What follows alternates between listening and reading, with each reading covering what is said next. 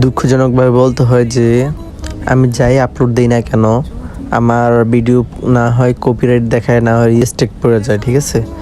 যাই হোক, এত সুন্দর গিফট পেয়ে আমি খুবই খুশি হলাম, বুঝছেন। তো আমার যে বার্থডে, তো আমার বার্থডে তো আমি তো মনে করি যে ছেলেরা বার্থডে পালন করে না, ঠিক আছে, এইসব তো মেয়েরা করে বেশিরভাগ। তো আমি এগুলো করতে চাই নাই। তো আমার ওয়াইফ জোর করে আমার বার্থডে সেলিব্রেশন করলো। তো কেক আনছে, আমার জন্য গিফট আনছে, আমি তো দেখে অবাক পুরাই।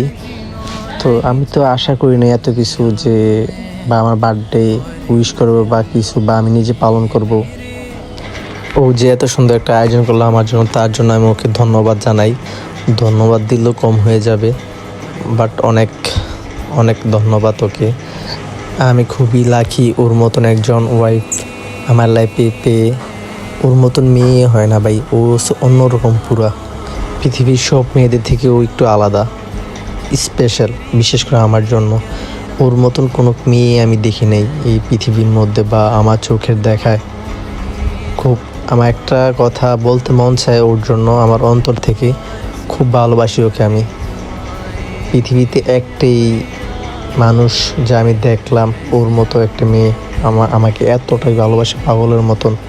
কারণ প্রত্যেক ছেলে চায় যে তার গার্লফ্রেন্ড ওয়াইফ ওকে অনেক অনেক ভালোবাসুক, ঠিক আছে।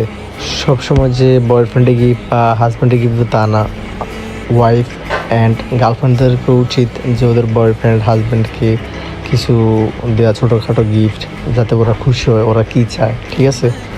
আমি আমার ওয়াইফের মতন একটা মেয়েও দেখিনি এই পৃথিবীতে। শেষ পর্যন্ত সে আমার পাশে ছিল।